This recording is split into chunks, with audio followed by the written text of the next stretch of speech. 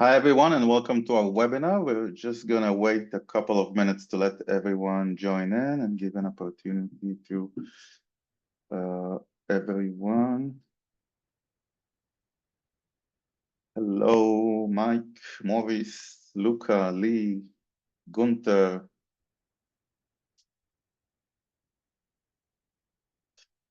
Fan, Chitra, Adrian. I see some familiar names here, so welcome back. And if it's your first time attending a Commodore webinar, welcome.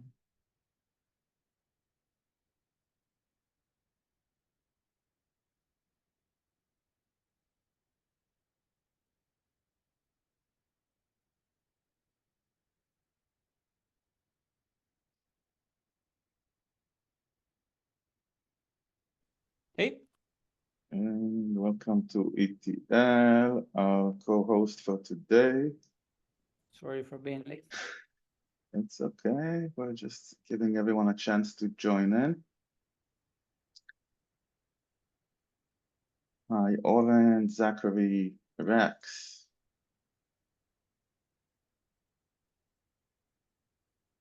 Pravin and your AI note taker, welcome. Prabhat, Lee, Joaquin.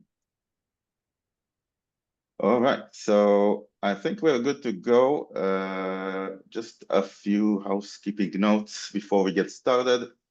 So welcome to our Hitchhiker's Guide to Kubernetes Add-Ons webinar.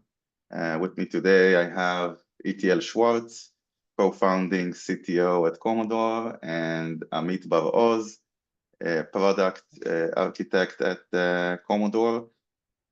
And if you have any questions during the webinar, feel free to drop them below in the comments. We'll leave time for Q&A at the end. And everyone who registered for this webinar will receive a recording of this video and the deck. So no worries if you need to drop off or if you lose concentration. And with that, let us begin. So let's quickly go over the agenda for today. So as mentioned, we are going to talk about Kubernetes add-ons and highlight a few of the most popular ones or most essential ones or our favorite ones. Cert-manager, External-DNS, Helm, Argo Workflows, Karpenter, and cluster autoscaler, Kyverno. We're going to discuss the various challenges and benefits of implementing those add-ons. And finally, give you a quick demo of Commodore's capabilities in that domain and how we help solve or mitigate some of the challenges that are introduced by Kubernetes add-ons. So before we dive in, Itiel, do you want to introduce yourself, say a bit more about yourself and what you do? Yeah, sure. I'll do it briefly. So happy to be here. Itiel Shwartz, like a co-founder and CTO of Commodore. I've been working with Kubernetes over the last 8 years, I think, something like that. And I really enjoy seeing the ecosystem like grown and basically to see how Kubernetes is basically becoming like the new unmanaged cloud in a way where every project is striving to be like on top of Kubernetes and actually become some sort of like a Kubernetes add-on. So that's me. Amit? Yeah, it's nice to meet you, everyone. My name is Amit. I'm a product architect here at Commodore, and my previous experience, I've been working in the industry for at least 13 years. Been dealing with Kubernetes for the last 5-ish years.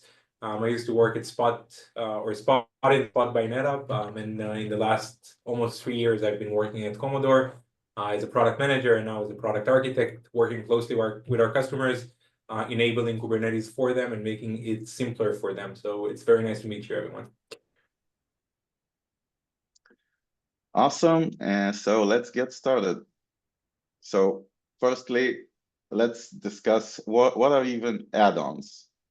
For some people who don't know, who think Kubernetes is the end-all be-all of everything. what are even add-ons, and why do we need them, since Kubernetes is such a robust and portable and extensible platform? Why do we need to add anything on top of that? Itiel? Nate, do you want to start? Should I start? Yeah, whatever you choose, your call. Sure. Just So if- I think like there when we use the term like add-on is not really like an official term, right? So first of all, when we say an add-on, what do we actually mean? And in this conversation here, we're talking about any addition on top of Kubernetes that gives Kubernetes additional capabilities, like additional superpowers, if you will. And the reason for that is because Kubernetes is, first of all, very like becoming adopted. And secondly, it has a really great abstraction layer using CRDs and a really good like package manager in the form of Helm. It's very easy to extend your original like Kubernetes capabilities using like different tools that you can really bake into the platform. So I think like the most like basic example that we can think of is I have my application, I have some container, right? It is up and running, everything is great, but I need some way to like pass traffic into that specific pod or container. And then you have like a lot of different options, right? Like you can use ingress or ALB or traffic or HA proxy or envoy. Like there are a lot of different like different capabilities. And the term add-on or like the Kubernetes ecosystem keeps on creating different recipes that you can simply take and to add into your cluster. And by that, like adding it some really cool and almost seamless superpowers. So again, like one person needs to set up the ingress controller in the like that example. And all of the other people using Kubernetes, all of the developers, the end users that actually write the code that run inside the clusters are gaining this capability. All they need to do is like write 2 or 3 annotation, and they are basically getting traffic like loaded, like load balance into their containers.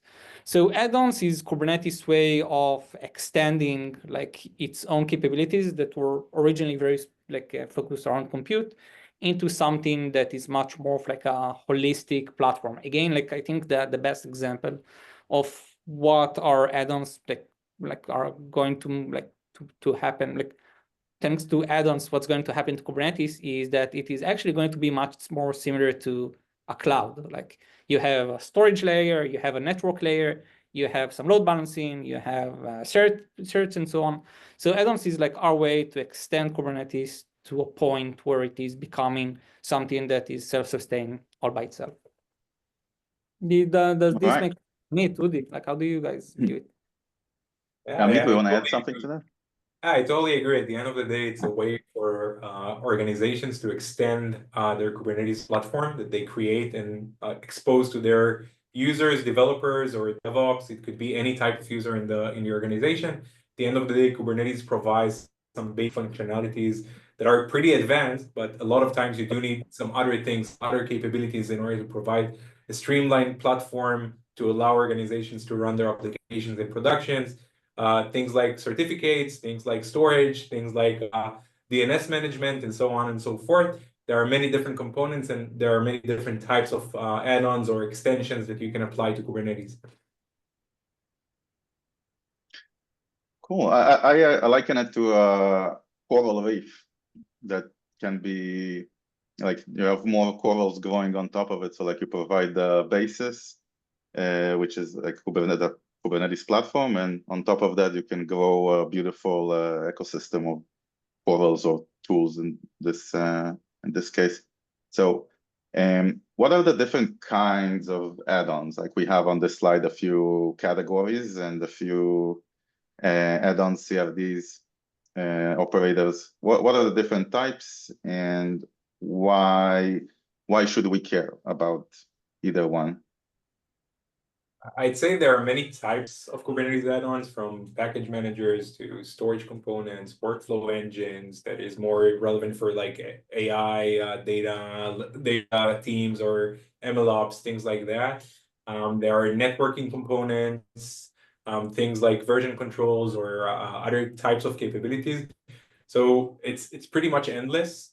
I think like the main takeaway is to not to like some things might look very cool and you'd like to adopt it and install it, but everything has caveats. Like it's not as easy as it might look or you might want. So at least like my point of view here is to install what you need and not what you want or things that are necessarily cool in order to make sure that your cluster is running efficiently and with a smaller footprint of infrastructure as much as possible rather than a larger one. Yeah, you raise a good point, Itiel. Do you think that the overhead and complexity that add-ons introduce can outweigh the benefits or the value that they bring? Yeah, I'm not sure if it can how do you know? How do you know when it's like not working for you anymore and just creating additional problems? Yeah, so it's like two different questions. I'm not sure if it outweighed the value that it brings, but it significantly reduced the ROI. Like the cool thing about Kubernetes, especially when you are beginning it, like working with Kubernetes, is things seems super easy, like to install a whole new like ingress or Argo workflows or whatever. It is super simple, so you feel like the ROI is amazing because you're getting all of those superpowers, but you almost never pay the price. But like there's almost like in life, like almost always there is a price to pay. And as more users are starting to use the add-on, as more use cases are started to go and pile up, you're starting to see the pains of basically what does it really mean to manage all of those add-ons. And I think the point where you need to ask yourself, am I doing it right, is where you are spending like a lot, like a very significant part of your day or week or month on making sure that the add-ons works instead of like the other way around, that they work for you. So if, for example, like you have ingress issues every other week, then you are probably doing something wrong. I can share that, for example, like in Commodore, our first version of the system used an add-on or like a Helm chart of ingress, Nginx ingress, basically, that allow us to route traffic into our services. And because different like scenarios and problems, we saw ourselves like week after week experiencing like network issues or load balancing issues and so on. We moved to AWS ALB that also has their own add-on. And after some tweaking, we saw all of the problems that we had simply go away. So like for almost all of the add-ons that you see here, there is a replacement basically. So you can question like, are you using the right tool? And if so, are you configuring it correctly? So that's pretty much it. All right. Anything else before we dive into the specific add-ons that we will discuss today?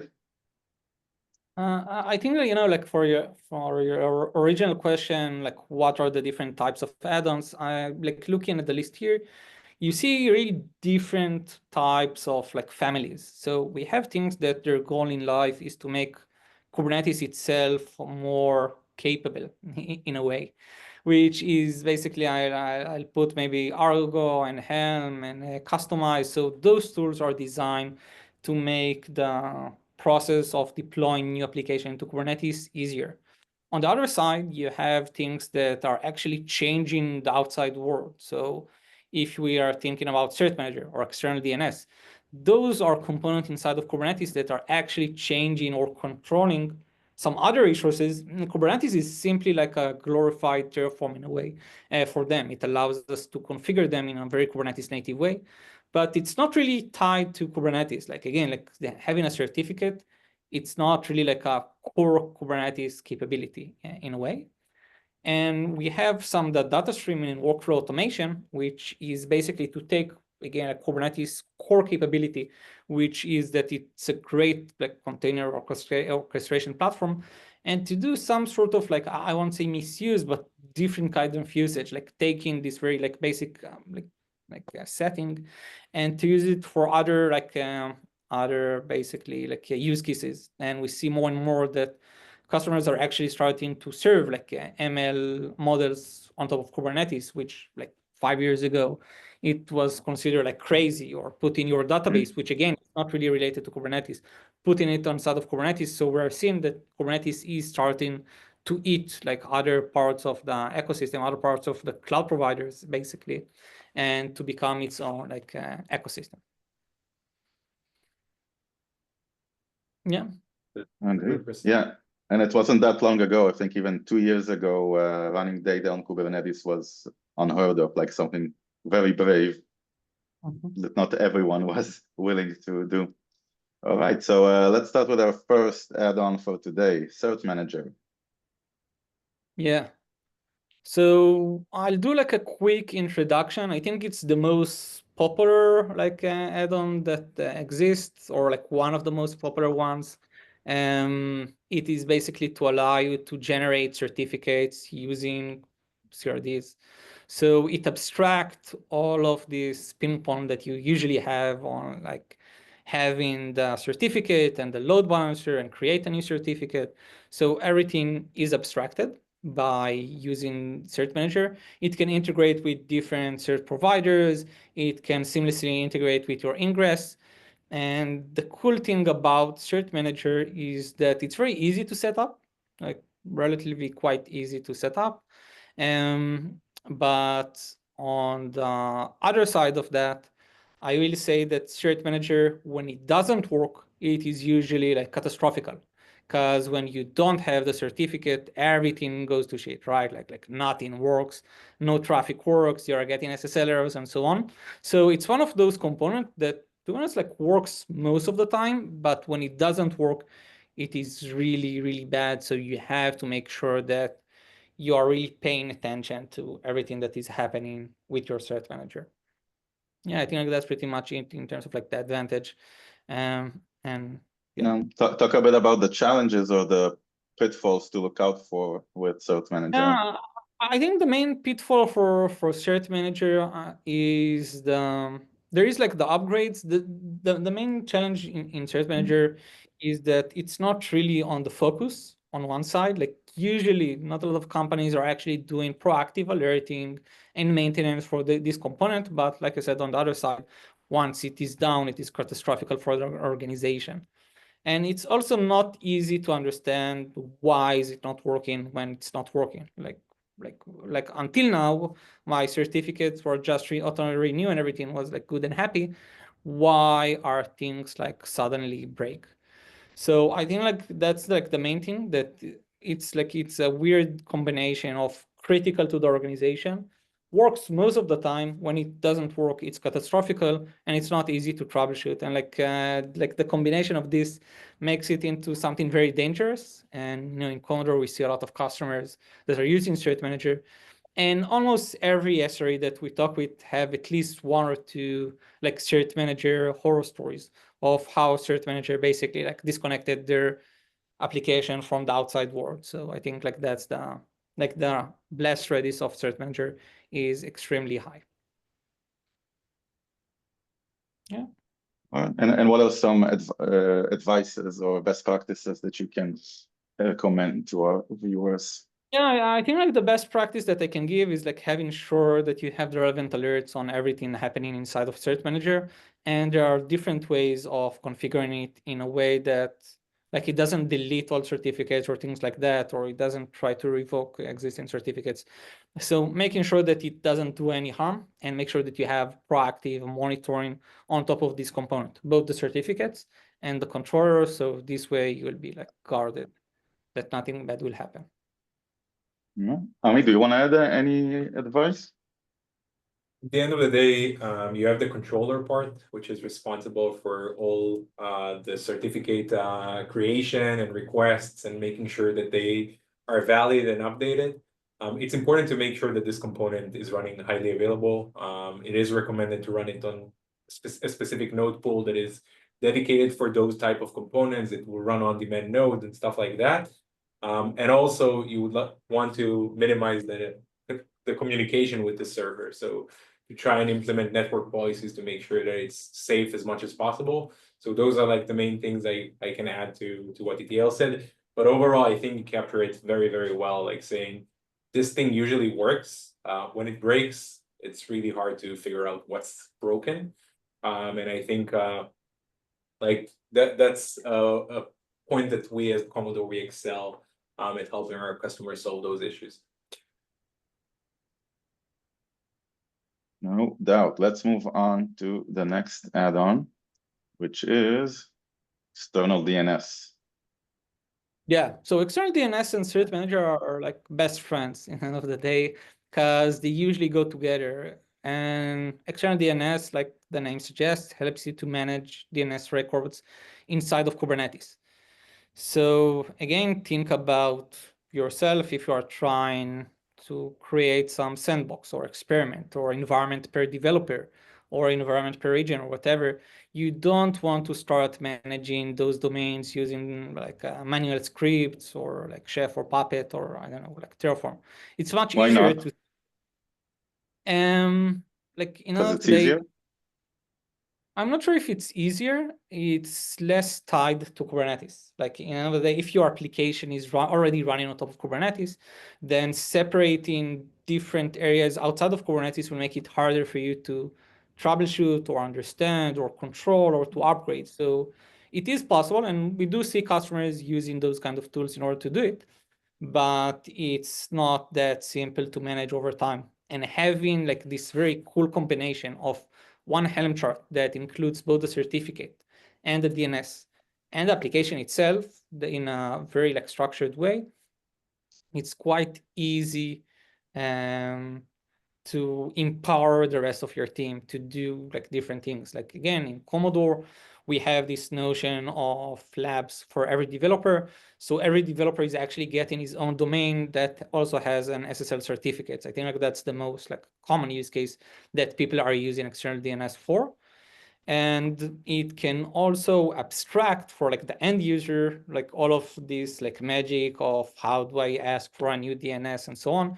Instead of giving your users access to Cloudflare, you can simply like let them create appropriate resources on top of Kubernetes. So it has a lot of advantages. I will say that the biggest like issues or problem is that DNS issues are like very, very, very hard to diagnose, usually because it's the last thing that like you suspect. So it can like cause issues in terms of deletion of specific like DNS records, like mistakenly, right? Like you're deleting your production endpoint. And the cloud provider or like the DNS provider itself can have rate limiting. Like if you are managing dozens or hundreds of different DNS records, you might like hit a performance like bottleneck or API rate limit.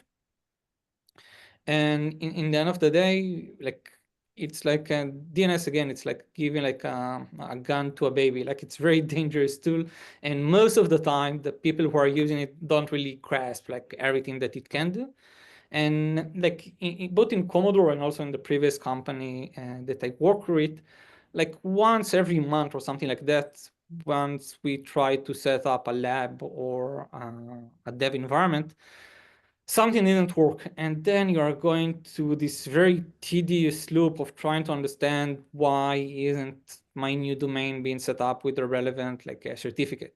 And then you are starting to diagnose the ingress and the Cert-manager and the external DNS. And you're doing this like pinpoint trying to set up or to pinpoint what is the exact problem.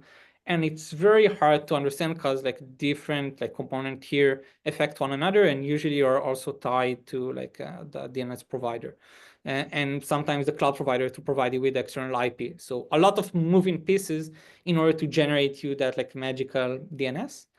In terms of like the best practices, I will say that like you can give ownership inside of the DNS record. So this by itself really helps you to make sure that you are not tampering with other like DNS records and everything is segregated in a good way.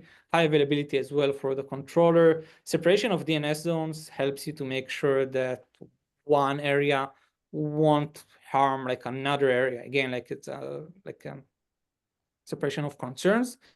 And TTL values for DNLs, like if you are doing a lot of changes for a specific DNS, if you don't have the right TTL, then you see that requests are being routed to the wrong place, which is also can be quite catastrophic. So again, even this tool looks very naive. Again, like you read the how-to guide, it's like 5-minute setup, but it's a world of pain when it comes to maintenance and like day-to operations. Yeah. Amit, anything else you want to add? Not really. I think like the main issue that I saw with external DNS is running through API rate limits. It's very, very common. And again, setting up the correct TTL would help with that as well. So you need to make sure that you're not setting up too high of a value and not too low of a value. It's a balance there. And at the end of the day, you want to optimize to a point where you won't affect the cluster and make sure that things are running properly. All right, with that, let us move to the next add-on, which is our favorite, our best friend, Helm. Yeah, so Helm is like really our favorite. And Commodore also released like a very famous and successful open source around Helm, which has around like 5K stars, maybe like a bit more right now. And that is because Helm, which started as a hackathon project, became the backbone of how do I package and ship applications into Kubernetes. So it allows you very easily, first of all, to pack your existing application and like distribute it, right, to other people. But more than that, it allows you to have like the ability to pull out existing application and install them in your cluster in a matter of minutes. So I think Helm really helped the Kubernetes ecosystem to grow to the state that it is currently in, that it allows all of the different providers to speak in the same unified language. And Helm by itself is a bit like misleading because it both package your application, but it also give you the tool that you need in order to install it. So it serves like multiple purposes, and it also has its own like template engine. So the advantages is that it allows you very easily, to build and to package and to consume different applications inside of Kubernetes. On the other hand, like it's very hard to understand what's the right customization for third-party charts. Again, if you're trying to install something like Jenkins, it will probably work out of the box in some fashion. But behind it, like when you look at the Helm chart, there are like 100, 200 different flags that you can play with. And those flags exist there for a reason. And the reason is that different applications require, like different use cases require a different usage pattern and different configuration in order to be optimal. So very easy to start, very hard to maintain and to get into like the best place. There is very variety, like huge variety in the chart level between very enterprise level charts. Nginx is like a great example of that, compared to something like someone created in his basement like a week ago that looks very promising but has a lot of security holes or problems or issues and so on. So that's pretty much it.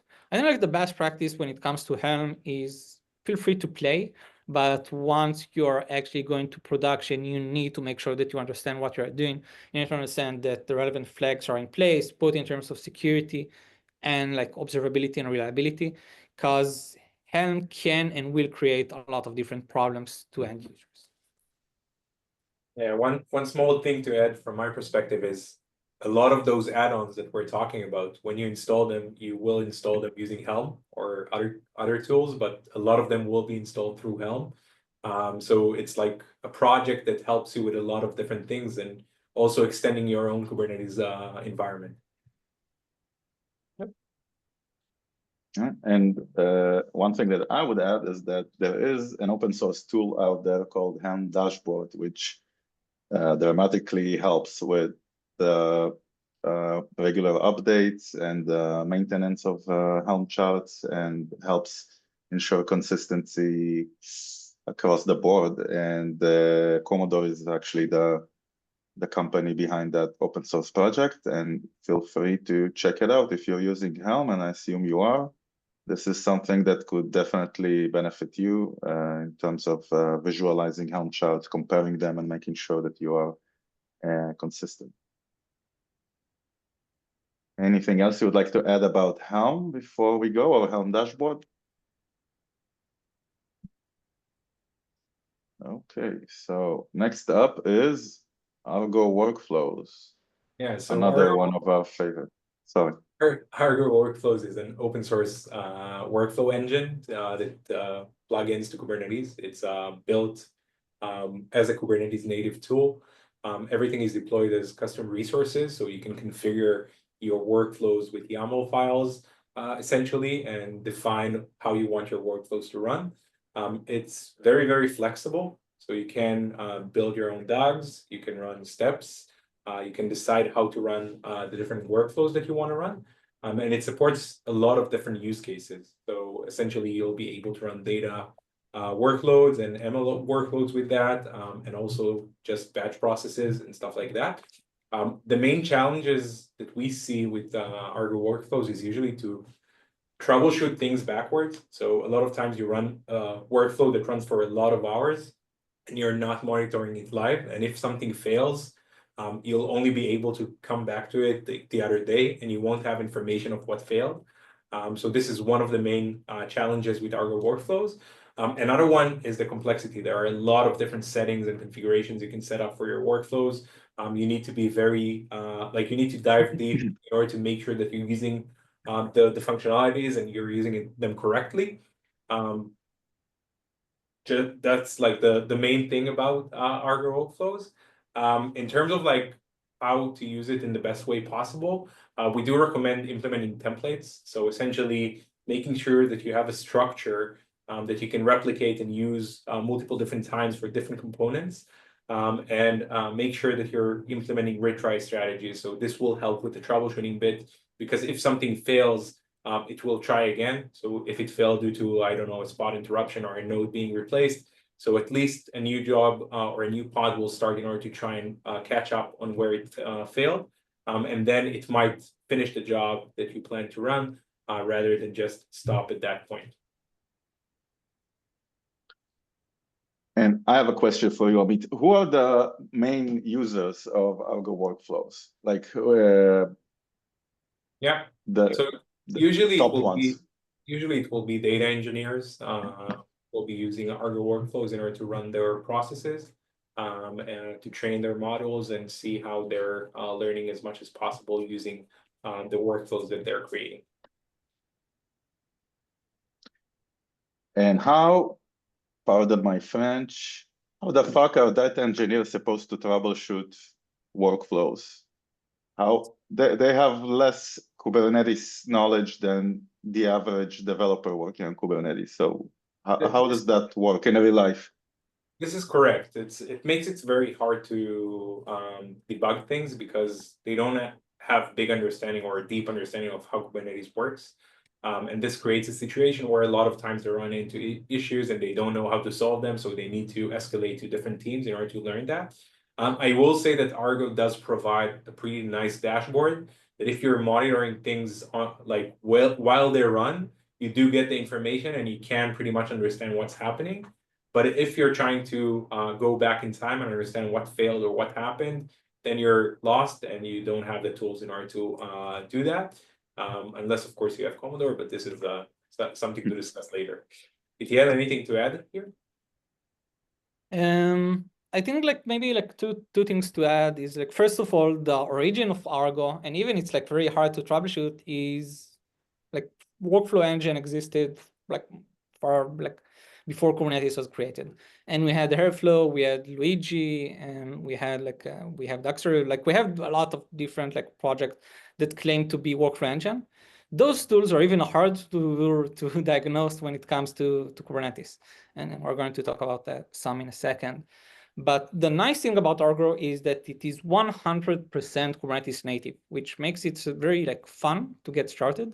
You're looking at like the like how do I start like for dummies, the hello world, and everything is like so Kubernetes oriented, which is cool. And you don't see it in tools like again like Airflow or Spark or all of those other tools, because in those tools you had to stitch together tools that were not designed into Kubernetes, but now people want to run them on top of Kubernetes. So I think like Argo Workflow used to compete with Tacton, but I think like it kind of won the battle. And overall, it's a great project by the Argo folks, which, you know, have a couple of very successful projects in the space.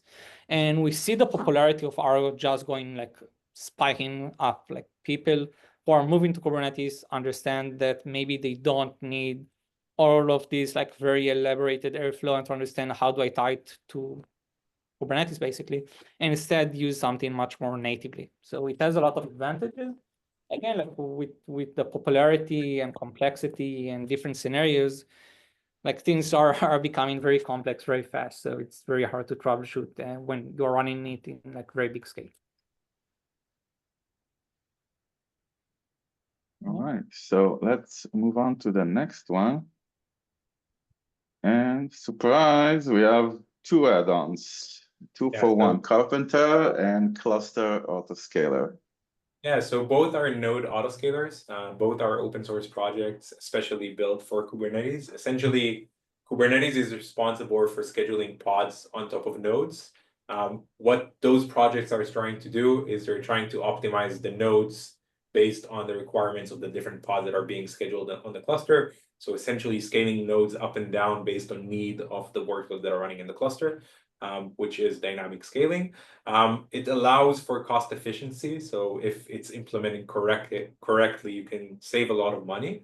And also it simplifies the operation. So you don't need to scale nodes up and down every now and then based on the need. It does have some overhead in terms of the configurations. So you do need to understand what type of nodes you need, what kind of scaling strategy you want to use and stuff like that. It could cause situations where you might run into a limitation of capacity. So if you set up a limit and you're running into the limit, it cannot scale up anymore, meaning your pods won't be able to be scheduled. And from the other side of the coin, the other flip of the coin, it can lead to unnecessary costs. So if you don't configure things properly, it can cost you a lot of money. In terms of like best practices or how to optimize those tools. So essentially, or it's essential to configure the requests for the resources or the pods that you're running on the cluster. Based on this information, the cluster autoscaler or Karpenter will scale up the nodes, and you will be more optimized in terms of the provisioning of the nodes that you have. And also, it's recommended to utilize various different node groups. So for different types of workloads, for example, if you have workloads that require GPUs, make sure to run them separately in order to reduce the cost. And also, if you have things that are very high or require a lot of memory versus a lot of CPU, you can have different node groups in order to support those different types of use cases and make sure that the workloads are running on the right or correct nodes that will suit them best. So these are a few tips that we can provide. Those tools, I'd say, are probably deployed in 95% of the cloud deployments of Kubernetes, due to the fact that cloud is super expensive and you always want to make sure that you're optimized as much as possible and you're scaling in and out based on the actual need. Anything you want to add to that, Itiel? No, I think the main challenge with like Karpenter and Autoscaler is that the problem they are actually trying to solve is very complex. You know, today is how do I find the perfect balance between cost and performance? How can I make sure that I'm not paying too much money on one hand, but I'm still super reliable on the other hand? And I think like even they provide the right like building blocks in order to achieve that, you probably need something else in order to really like utilize them to the max. Like using them by yourself without any like guiding help is almost impossible in large scale. Amit, I have another question for you before we move on to the next and final add-on for today. You used to work at Spot. Correct. If I'm using a tool like Spot, why do I need more add-ons, more open source projects like Karpenter and Cluster Autoscaler? You don't. One of the solutions that Spot provides is Spot Ocean, which essentially is a replacement for Cluster Autoscaler or Karpenter. So essentially does the same thing, just with their own engine behind the scenes, making sure that it utilizes Spot instances and so on and so forth. Okay, good answer. And let us move on to Kyverno. Yeah, so this would be the last add-on that we will deep dive into. So Kyverno essentially is a policy engine. Policies engines exist for a long time, essentially allowing organizations to set boundaries on what users can and cannot do, and what they can configure and cannot configure. Those policies can be enforced automatically, or they can just be alerts, depending on how you configure them. Which is the dynamic admission control that is provided with Kyverno. Kyverno, like Argo Workflows, is Kubernetes native, meaning everything is declared in YAML. Everything is very simple to configure. the policies are declarative. In terms of like the challenges or the things that it brings, you can run into conflicts. It creates performance overhead. Think that every resource that joins the cluster needs to go through the dynamic admission controller and verify that it's actually configured properly, and only then it will be scheduled. So there's another step that it has to go through before actually being scheduled on the cluster and actually start running.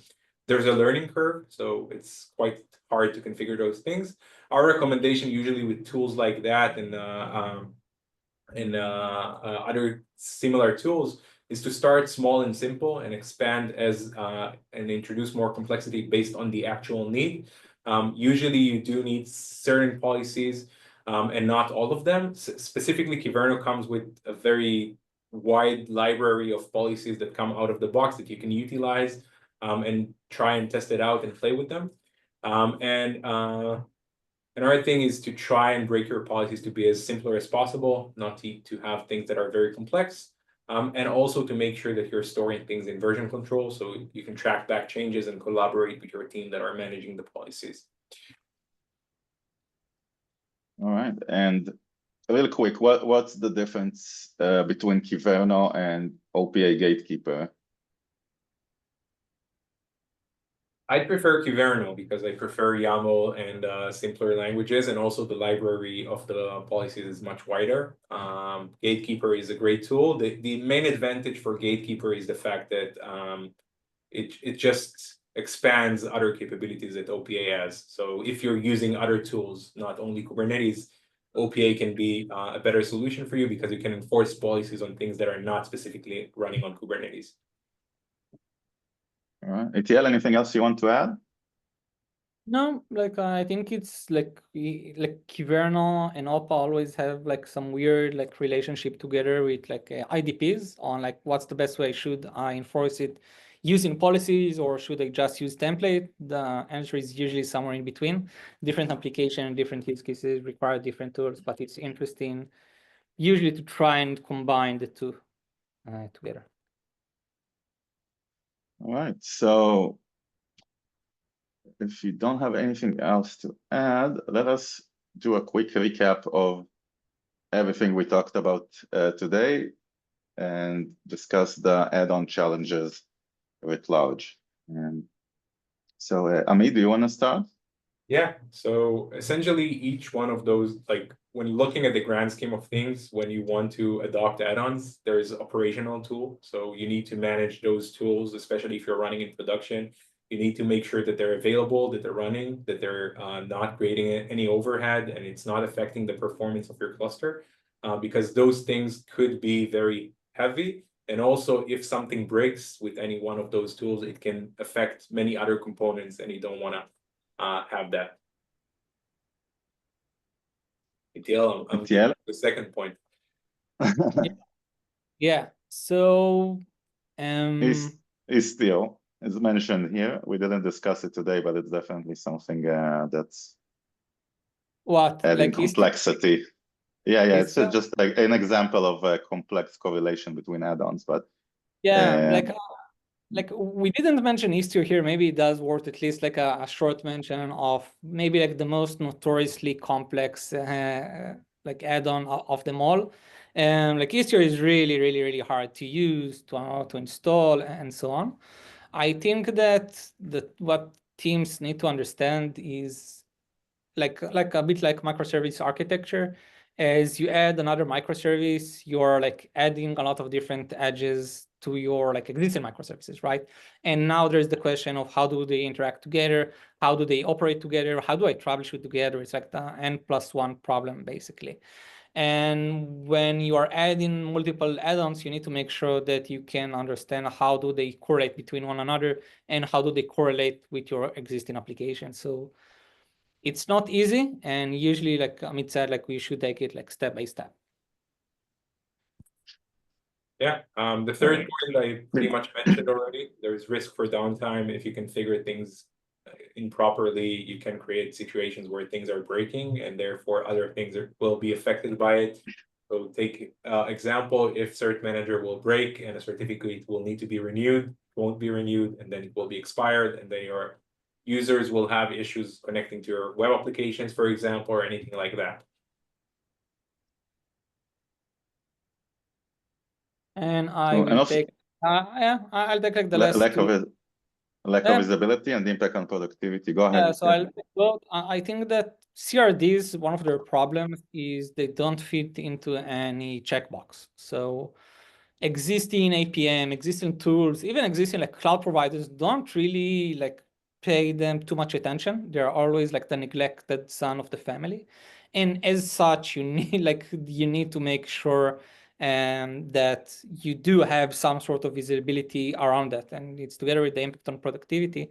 In the end of the day, those like things can and will cause downtime or frustration in your environment. So you need to make sure that you are always like one step ahead of the game in terms of observability, monitoring, alerting, and proactivity when it comes to add-ons as well. Yeah. And also one point I want to add is that despite the complexity and all those scary things and the toil and everything we discussed here, add-ons are used in conjunction, right? We talked about External-DNS and Cert-manager as being best friends. We talked about Karpenter and Cluster autoscaler, but we didn't discuss about using them in conjunction with pod autoscalers like KDA or HPA. So it is something that's very interwoven, and despite all the scary stuff that we discussed, they are at least in theory meant to work good together. That's correct. All right, and now Itiel, for the final part of today's presentation, we want to discuss how we at Commodore view add-ons and what we provide to mitigate all those challenges that we discussed. Yeah, so we do like view add-ons as first-class citizens, and Commodore in its core help you to detect, investigate, and remediate different issues and different problems automatically and without you having to be an expert to do that. So we heard from our customers the pains of troubleshooting, understanding the complexity and issues with the add-ons, and we took it upon ourselves to support this like very wide ecosystem and to provide like a first-class citizen to each one of the popular add-ons, and we're keep on extending our reach when it comes to add-ons. So currently, Commodore supports something like 15 different add-ons, and we're keep adding more and more. And for each one, you are guaranteed to get like the detection, investigation, remediation in a very, very, very simple, non-intrusive way. And also because we are a Kubernetes expert shop, you get all of this out of the box. So you don't need to work hard to configure every alert, every issue, every investigation. You are simply getting it right off the bat. All right, so now let's show everyone how it looks like. So when we say we visualize, operate, detect, investigate, and remediate, and even optimize, what do we mean by that? Commodore users know what this means in the context of the workloads and the more vanilla use cases, let's say. But now we have that same experience extended to various categories of add-ons. So why don't you show us what it looks like? Yeah, so I'll do like a quick demo, right? So we'll have time also for questions. And I'll do a very quick like overview of the Commodore platform, but I will focus on the add-ons because let's try to do it in like 3 or 4 minutes. So this is the main like Commodore screen. It allows you to see all of the clusters that you have across your different environment, cross region, cross cloud provider, like pretty much everything. Once I zoom into a specific cluster, I'm able to see both like workload health and issues, infrastructure problems. But the reason that all of us are here today is add-ons. And Commodore, like I said, help you to detect and investigate, remediate, and also optimize different add-ons. So we talked about Cert-manager as some super critical add-on that basically it's very hard to understand and to alert upon and to visualize. So in Commodore, we simplified for you. We can see that this certificate, which looks like super important because it's broad, is going to expire in 4 days. And once I'm going to click on that, I'm going to get the AI analysis of Commodore helping us to understand what happened here.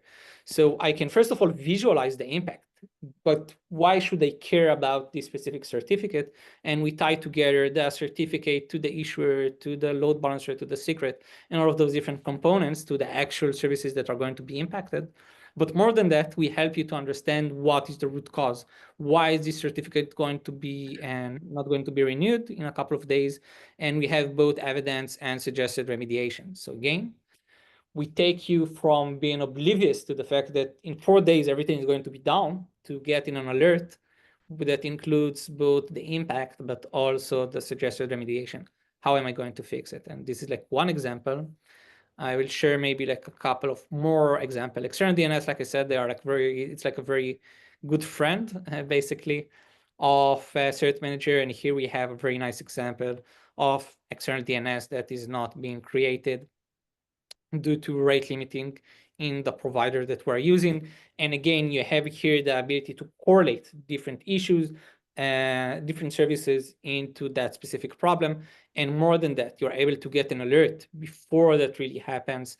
So you'll be notified before that and really understand what is the root cause.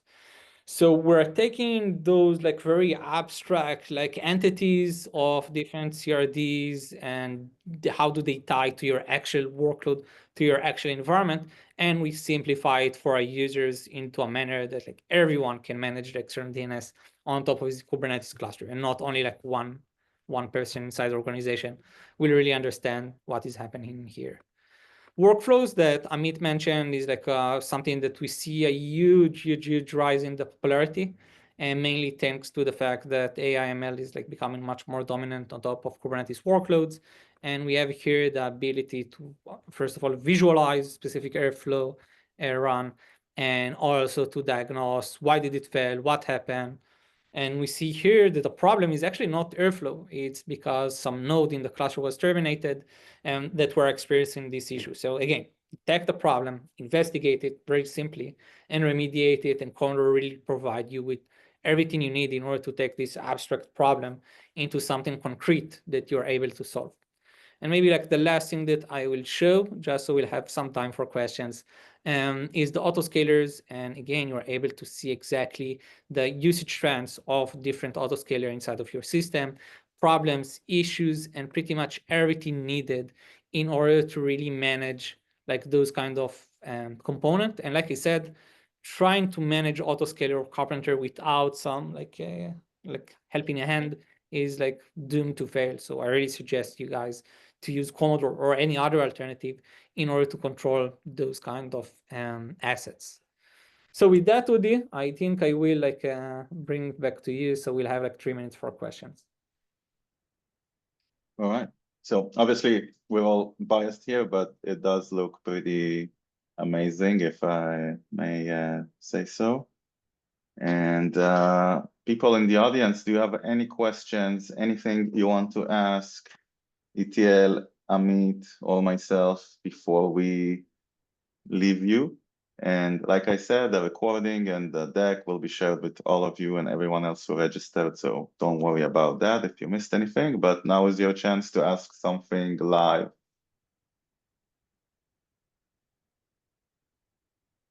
Okay, I guess we have a shy audience, but I hope you have learned something today and will be able to, oh, well, here we go.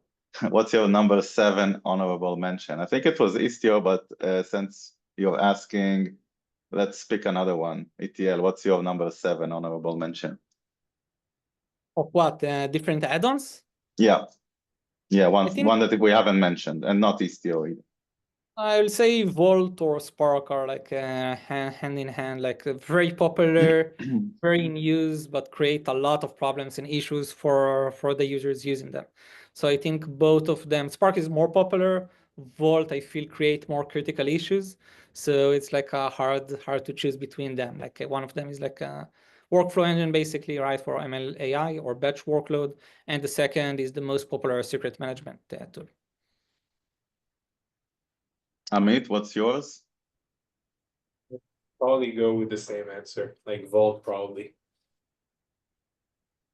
Okay, I have a boring answer, Argo CD. but it's true. Okay, so if no further questions, I want to thank everyone who joined us today and participated in the discussion. And big thanks to Itiel, who's joining us now from California, and Amit, our two experts on the panel, and Nikki, who's running everything behind the scenes and making sure that everyone is able to view this webinar and learn from it. So thank you all, and have a great day. We will see you next time. Thank Bye, you. everyone.